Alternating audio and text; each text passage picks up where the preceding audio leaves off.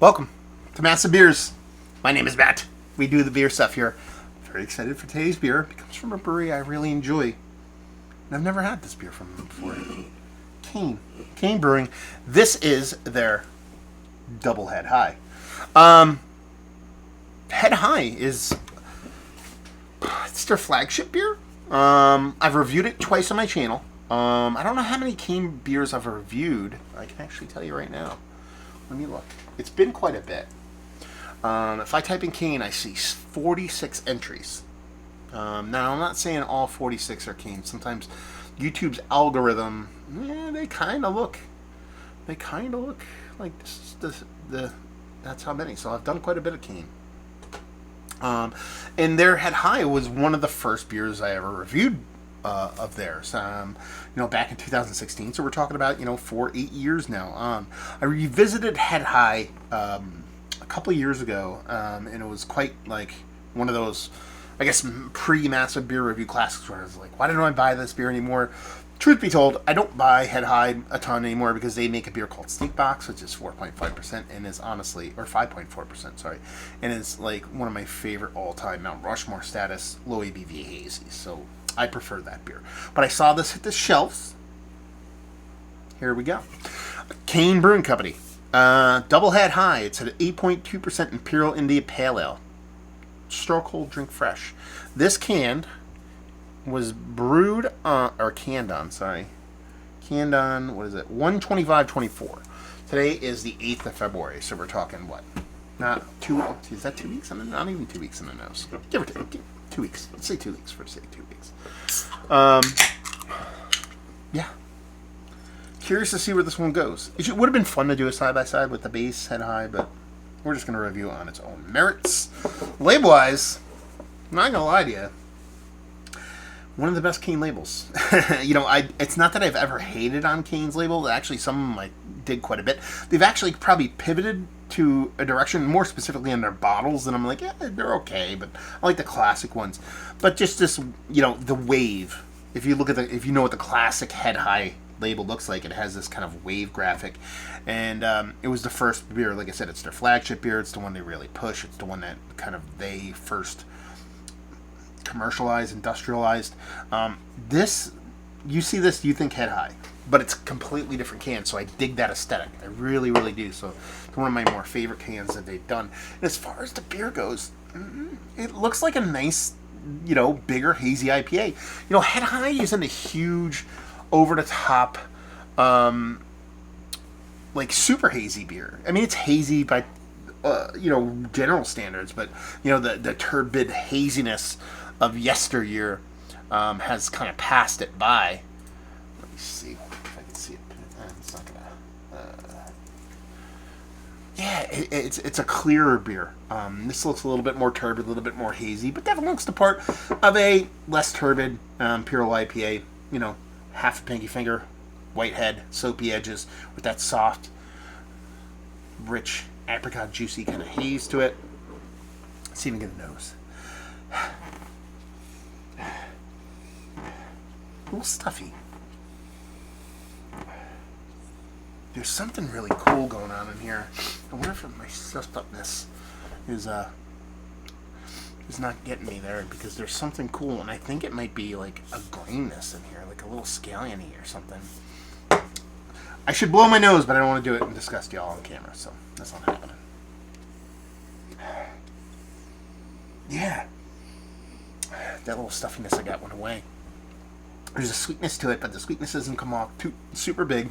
Very much like a brewer sugar kind of thing, with like a heavy dose of oats. That's kind of the aromatics you get from the malt side of things. On the hop side of things,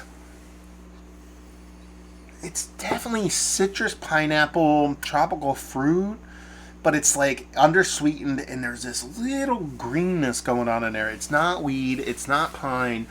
It's probably more grassy, scallion-y, like chive meat grass kind of vibe going on. Very cool nose. Doesn't come off as an Imperial IPA, but just comes off as something vibrant and, for the lack of better explanation, unique. And it's not a nose that I get a ton. I dig it. I like it. I like what I'm getting. is a little bit smaller than I want from like a big Imperial IPA, sure, but there's something interesting about it, something that piques my interest. So we're just going to dive in. Cheers, y'all.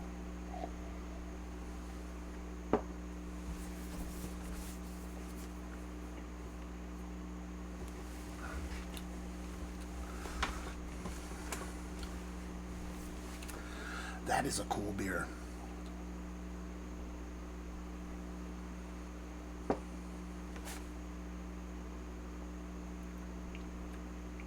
That's cool, man. That's interesting.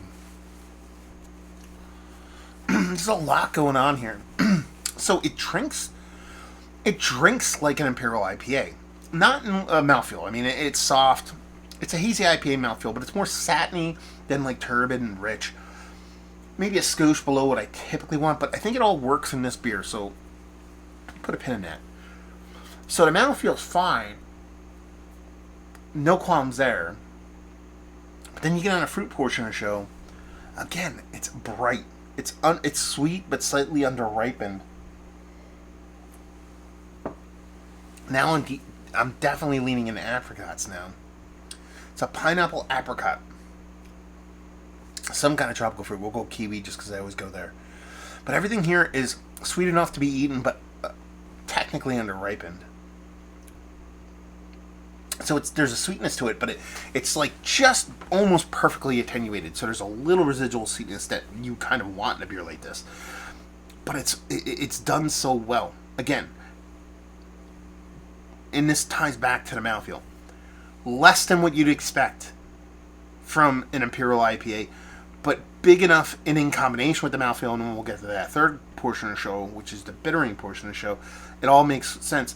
My bittering portion of the show, again, it's a scalliony greenness, a grassy greenness.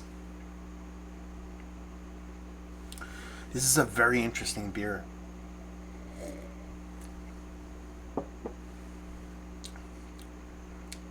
The hops almost come off like on the green or bittering side, as I'd put it.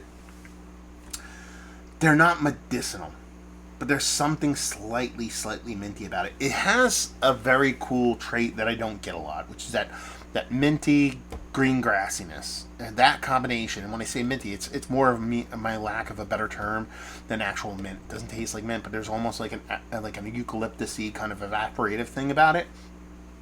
In combination of this greenness that is neither piney nor ranky nor danky nor nuggy, so there's a little bit of scallion in there, but there's more like fresh cut green grass, and there's this little medicinal thing that is a cool portion of the show, not a negative. Again, nothing here is overpowering. So when you take that non-overpowering grain side of the hop, when you take that fruited side of the hop, which is big but not overpowering, and then the kind of, the mouthfeel malt side of things, which again, purposeful but not overpowering, and combine them all together, the balance in this really checks out in a very, very fun way. And this is going to sound like total lip service or whatever you want to call it. All of that spells for an Imperial IPA that tastes more like a regular IPA, which is what I usually bang on. I go, well, this is tasty, but it's giving me something at 8.2 that I can get at 6. I've never had this at 6. I can't get this flavor profile and what's this is expressing at 6. So even though it's a little bit reserved on all the main points, it's an 8% Imperial IPA through and through. So it's pulling off that really cool trick. This might be my favorite Kane Hazie I've ever had, and I'll go to the frickin' mattresses for Sneak Box. I'm still gonna buy Sneak Box because one, this is more expensive, and two, I think Sneak Box gives me an experience relatively quite a bit different than this, but as enjoyable as this, but at a much lower ABV.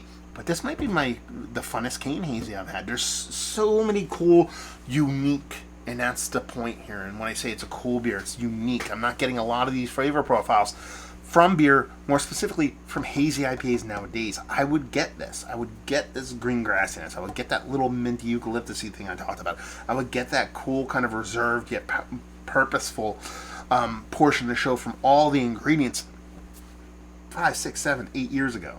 Not now. Not now. It's an homogenized, turbid. Everything is the same. We try to aim for the same place kind of thing going on. And this is, for me, something that harkens back not to what beer used to be, because that kind of sounds like what I'm talking about, or I should more specifically say what hazy used to be, but what unique hazy used to be back in the day. So it's like, it's unique, more uniquer, because that's a word, because I would hit one of these every couple of months, probably every couple of months, a couple times a year. I'd get one of these and I'd be like, man, this is a really cool flavor profile. I don't remember last time I got it. It was probably pre-pandemic, if my memory serves correctly. So it's one of those things where this flavor profile, the way the hops come off, the way the green comes off, the way the malt comes off, it just not something I get, and something I really do enjoy. So that's why this is might be my favorite hazy from Kane ever. So Michael Kane, if you're watching, make this at 0.75%, and you will rule the world. Anyway, yeah, I think this is fantastic. I think this is an absolutely beautiful, well-made Imperial IPA, in the sense that I think it's as good as some of the best ones I've ever had. It's Mount Rushmore status, let's put it that way. But what separates it from the rest is its uniqueness. And the fact that it's not just what everybody else makes. That, for me, puts it ahead of the rest. So, if we're talking about this beer, if we're going to break it down, go to the end part, which I break down the whole kit and caboodle. Mount Rushmore status, yes, on a mountain. Value and availability. It's probably $18, $19, so it's, what Imperial IPAs go for nowadays. I don't like paying it, but it is what it is, and leave you with, if you like what we like this beer. If you just like hazy IPA, Imperial IPA, I think you dig this. I think if you're really just in for the super turbid, crazy, hazy New England thing, you might like it, but you might be like, okay, let's go on to something else. But I think if you like interesting flavors and beers, and typically that's reserved for a lot of people that like a large swath of beer styles, and usually those people are kind of anti-hazies for some reason. I don't know why. But if you're one of the enlightened ones who actually can enjoy a hazy IPA as much as you can, a Pilsner as much as you can, a base stout as much as you can, as a pastry stouts, and everything in between, I think you really would enjoy it. Kane Brewing. Have you been to the brewery? I have. A ton, but I haven't been in a long time. Have you been to the brewery? Have you had their beers? Have you had this beer? I'm very, very curious to see if you've had this beer and what you think of it. What is your favorite Kane beer of all time? Oh, what's my favorite Kane beer? Probably the first one I ever had, which was their anniversary beer. It wasn't 365. It was 7. The first anniversary beer was so times 365 times 2, which was 700, whatever that math is. It was start of their Solera Method anniversary Belgian quad program. Well, it used to be like a Belgian quad, and it was Belgian dark. Now it's just pretty much stout now. But anyway, tell me all your stuff in the comments below. Hopefully you enjoyed the review. Hopefully you're enjoying a little bit of double head high right now. Hopefully see you next time. Cheers, y'all.